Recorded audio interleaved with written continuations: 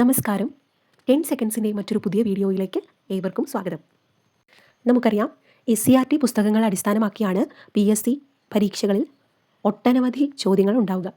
ഓരോ chapter വൈസായി complete SCERT ഫാക്റ്റുകൾ അടങ്ങിയ ഒരു വീഡിയോയാണ് നമ്മൾ ഉദ്ദേശിക്കുന്നത്.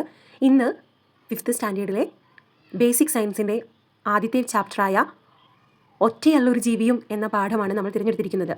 ഇതിലെ SCERT ഫാക്ട്സ് നമുക്ക് പരിശോധിക്കാം. പാഠത്തിൻ്റെ പേര് പോലെ തന്നെ നമുക്കറിയാം, ഒരു ജീവജാലങ്ങൾക്കും ഒറ്റയ്ക്ക് നിലനിൽക്കാൻ സാധിക്കില്ല. ആഹാരത്തിനായി ജീവികൾ പരസ്പരം ആശ്രയിക്കുന്നു. പുല്ല് തിന്നുന്ന പുൽച്ചാടി, പുൽച്ചാടിയെ തിന്നുന്ന തവള, അങ്ങനെയുള്ള ആഹാര ശൃംഖല നമ്മൾ ചെറിയ ക്ലാസ്സുകളിൽ തന്നെ പഠിക്കുന്നതാണ്. ഇവിടെയും അതുപോലെ ഒരു ചിത്രമാണ് നൽകിയിരിക്കുന്നത്. സസ്യത്തെ ആശ്രയിച്ച് ജീവിക്കുന്ന ജീവികൾ, ആ ജീവികളെ ഭക്ഷണമാക്കുന്ന ജീവികൾ, അങ്ങനെ ഈ ശൃംഖല വളർന്നുകൊണ്ടേയിരിക്കുകയാണ്.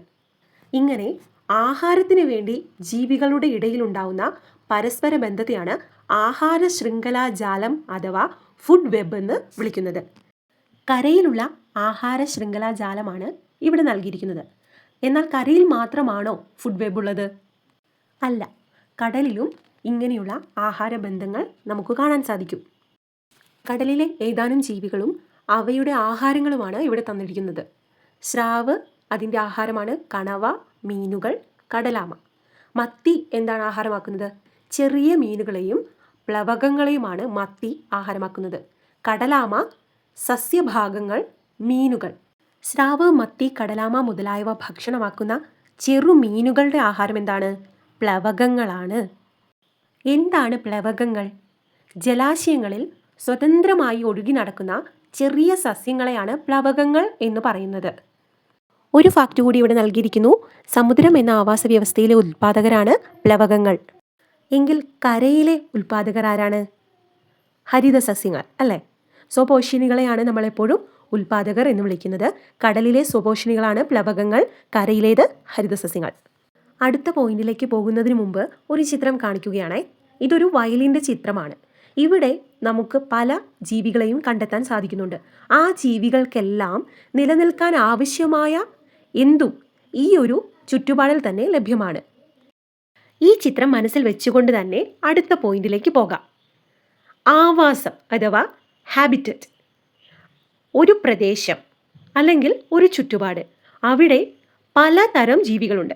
ആ ജീവികൾക്കെല്ലാവർക്കും നിലനിൽക്കാൻ ആവശ്യമായിട്ടുള്ള എല്ലാ ഘടകങ്ങളും ആ ചുറ്റുപാടിൽ തന്നെ അടങ്ങിയിട്ടുണ്ടെങ്കിൽ അങ്ങനെ ഒരു പ്രദേശത്തെയാണ് നമ്മൾ ആവാസം എന്ന് വിളിക്കുന്നത്. ആവാസത്തിനൊരു ഉദാഹരണമാണ് വയൽ. വയലിന് പുറമെ ഏതാനും ഉദാഹരണങ്ങൾ കൂടി ഇതാ ഇവിടെ തരുന്നു. ഇനി മറ്റൊരു ആഹാര ശൃംഖലയാണ് നമുക്ക് മുൻപിൽ. ആദ്യമായി പുല്ല് ആഹാരമാക്കുന്ന 3 ജീവികൾ. ആ ജീവികളെ ആഹാരമാക്കുന്ന മറ്റ് കുറച്ചധികം ജീവികൾ. ഇവിടെ ഇതിലേതെങ്കിലും ഒരു കണ്ണി നഷ്ടമായാൽ, പ്രത്യേകിച്ച് ഉൽപ്പാദകർ അല്ലെങ്കിൽ അവസാന കണ്ണിയിലുള്ള ജീവികൾ, എന്തായിരിക്കും ആ നഷ്ടം കൊണ്ട് നമ്മുടെ പ്രകൃതിക്കുണ്ടാകുന്ന പ്രശ്നം? നോക്കാം. ആഹാര ശൃംഖലയിൽ ഒട്ടനവധി കണ്ണികളുണ്ടെന്ന് നമ്മൾ പഠിച്ചു. താഴത്തെ കണ്ണികളിൽ ചില ജീവിവർഗങ്ങൾ നശിച്ചു പോവുകയാണ് എന്ന് വിചാരിക്കുക. എങ്കിൽ അതേ ധർമ്മം ചെയ്യുന്ന മറ്റു ജീവികളുണ്ടാകും. എന്നാൽ കടുവയെ പോലെ ഉയർന്ന കണ്ണിയിൽ പെടുന്ന ജീവികൾ അധികമായിട്ടില്ല. അതിനാൽ തന്നെ കടുവകളെ പോലെയുള്ള ജീവികൾക്ക് വംശനാശം സംഭവിച്ചാൽ എന്തു പറ്റും?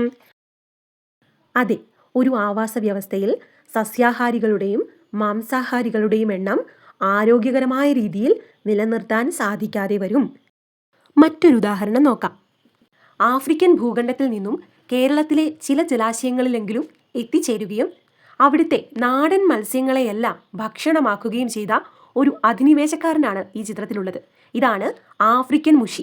ഇവയെ ആഹാരമാക്കുന്ന ഒരു ജീവികളും നമ്മുടെ ജലാശയങ്ങളിലില്ല. അതുകൊണ്ട് തന്നെ നമ്മുടെ കുളങ്ങളിലേക്ക് ആഫ്രിക്കൻ മുഷി എത്തിയാൽ അവിടെ ആവാസ വ്യവസ്ഥ തകിടം മറിയും. നമ്മൾ മുൻപ് പഠിച്ച ഈ ക്ലിപ്പ് ഒന്നുകൂടി കടമെടുക്കുകയാണ്. ഇത് പഠിച്ചപ്പോൾ നമ്മൾ പറഞ്ഞു, ഇതാണ് ആഹാര ശൃംഖലാജാലം. എങ്കിൽ ഞാൻ പറയുന്നു, ഈ ചിത്രത്തിൽ കാണുന്നതാണ് ആഹാര ശൃംഖല. എന്താണ് ഇവ തമ്മിലുള്ള വ്യത്യാസം?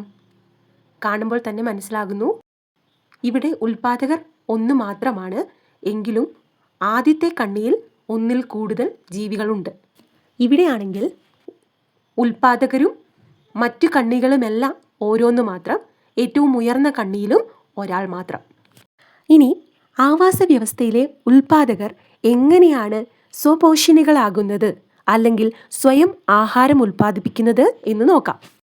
കാർബൺ ഡൈ ഓക്സൈഡ്, ജലം എന്നിവ ഉപയോഗിച്ചാണ് സസ്യങ്ങൾ ആഹാരം നിർമ്മിക്കുന്നത്.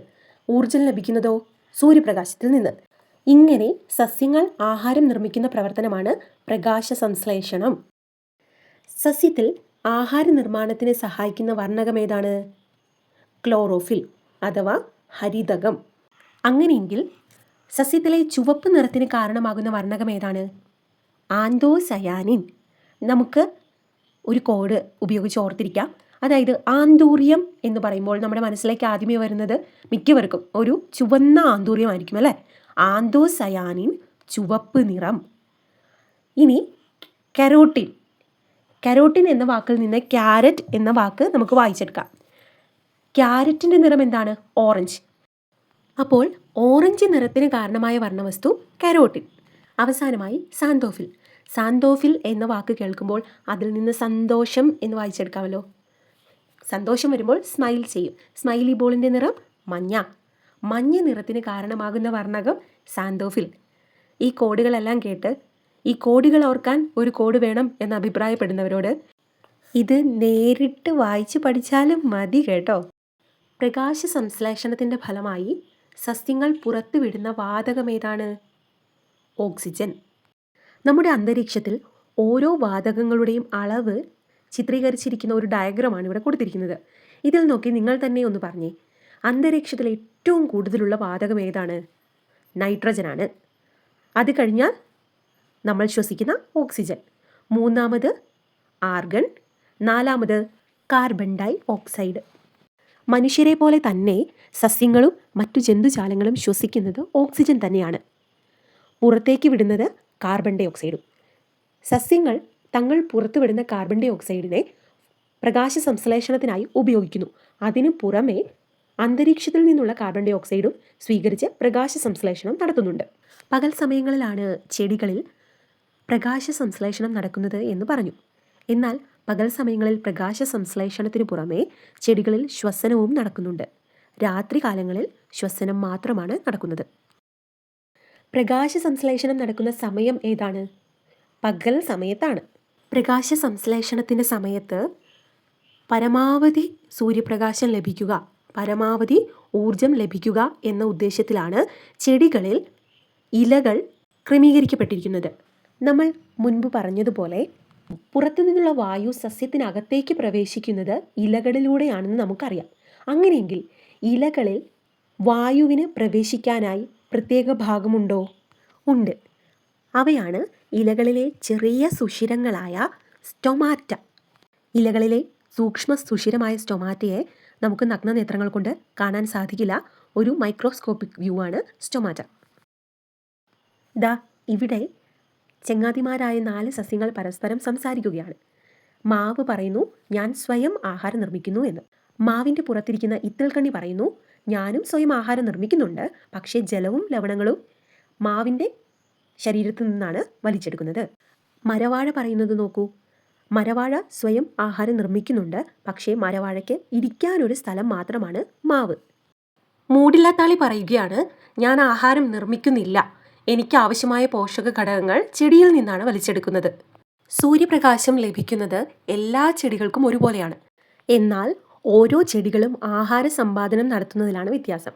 ഇവിടെ മാവ് സ്വയം ജലം വലിച്ചെടുത്ത് ആഹാരം നിർമ്മിക്കുന്നതാണ്. അതുകൊണ്ട് ഉൽപാദകർ എന്ന വിഭാഗത്തിലാണ് മാവ് ഉൾപ്പെടുന്നത്. മരവാഴിയെപ്പോലെയുള്ള സസ്യങ്ങൾ സൂര്യനിൽ നിന്ന് ഊർജം നേടിയെടുത്ത് തങ്ങളുടെ കട്ടി കൂടിയ വേരുകൾ ഉപയോഗിച്ച് അന്തരീക്ഷത്തിൽ നിന്ന് ഈർപ്പം വലിച്ചെടുത്ത് സ്വയം ആഹാരം നിർമ്മിക്കുകയാണ് ചെയ്യുന്നത്. അവർക്ക് പറ്റിപ്പിടിച്ചിരിക്കാൻ മാത്രമാണ് മറ്റൊരു സസ്യത്തെ ആശ്രയിക്കുന്നത്. മരവാഴ മരങ്ങളിലാണല്ലോ പറ്റിപ്പിടിച്ചിരിക്കുന്നത്. അങ്ങനെ ഒരു വാസസ്ഥലത്തിന് വേണ്ടി മാത്രമായി മരങ്ങളെ ഇവ ആശ്രയിക്കുന്നു. ഇനി ഇത്തിൽക്കണ്ണി പോലെയുള്ള സസ്യങ്ങളുടെ കാര്യം നോക്കാം. ഇവർ എന്താണ് ചെയ്യുന്നത്? ജലവും ലവണങ്ങളും ആതിഥേയ സസ്യത്തിൽ നിന്ന് വലിച്ചെടുക്കും. എന്നിട്ട് സൂര്യനിൽ നിന്ന് ലഭിക്കുന്ന ഊർജം ഉപയോഗിച്ച് സ്വയം ആഹാരം ഉണ്ടാക്കുന്നു. ഇങ്ങനെ പകുതി മാത്രം മരത്തെ ആശ്രയിച്ച് ജീവിക്കുന്നവരായതുകൊണ്ട് അവരെ അർദ്ധപരാദങ്ങൾ എന്ന് വിളിക്കാം. അർദ്ധം എന്ന വാക്കിനർത്ഥം തന്നെ പകുതി എന്നാണല്ലോ. അർദ്ധപരാദങ്ങൾ എന്നാൽ ആതിഥേയ സസ്യത്തിൽ നിന്ന് ജലവും ലവണങ്ങളും മാത്രം വലിച്ചെടുക്കുന്നവർ. അങ്ങനെയെങ്കിൽ പൂർണ്ണപരാദങ്ങൾ എന്നാൽ എന്താണ്? പൂർണ്ണമായും ആതിഥേയ സസ്യത്തെ ആശ്രയിച്ച് ജീവിക്കുന്നവർ. ഇതിന് ഒരു ഉദാഹരണമാണ് മൂടില്ലാത്താളി.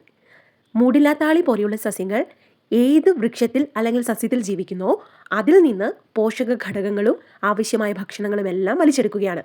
ഒന്നും സ്വയം നിർമ്മിക്കുന്നതേയില്ല. ഇങ്ങനെയുള്ളവരെ പൂർണ്ണപരാദങ്ങൾ എന്നാണ് വിളിക്കുന്നത്. ഇത്രയും കാര്യങ്ങളാണ് PSC പരീക്ഷയെ മുൻനിർത്തി പഠിക്കുന്നവർക്ക് പ്രധാനമായും നോക്കാനുള്ളത്. ഇതിനു പുറത്തു നിന്ന് ഒരു ഫാക്റ്റ് ഈ ചാപ്റ്ററിൽ നിന്ന് വരാൻ സാധ്യതയില്ല. ഒറ്റയല്ലൊരു ജീവിയും എന്ന പാഠഭാഗത്തിൻ്റെ തുടർ പ്രവർത്തനമായി നൽകിയിരിക്കുന്ന ഒരു പ്രവർത്തനമാണിത്. ഈ ചോദ്യം നമ്മൾ പഠിച്ച വസ്തുതകളെ അടിസ്ഥാനമാക്കി ഒന്ന് ചിന്തിച്ചു നോക്കൂ. നിങ്ങൾക്ക് ഉത്തരം കണ്ടുപിടിക്കാൻ സാധിക്കുന്നുണ്ടോ എന്ന് നോക്കണേ. നിങ്ങൾക്ക് ഈ വീഡിയോയെ പറ്റിയുള്ള അഭിപ്രായങ്ങളും നിർദ്ദേശങ്ങളും എല്ലാം കമൻറ്റ് ബോക്സിൽ രേഖപ്പെടുത്തുക. മറ്റൊരു വീഡിയോയുമായി കാണാം. നന്ദി.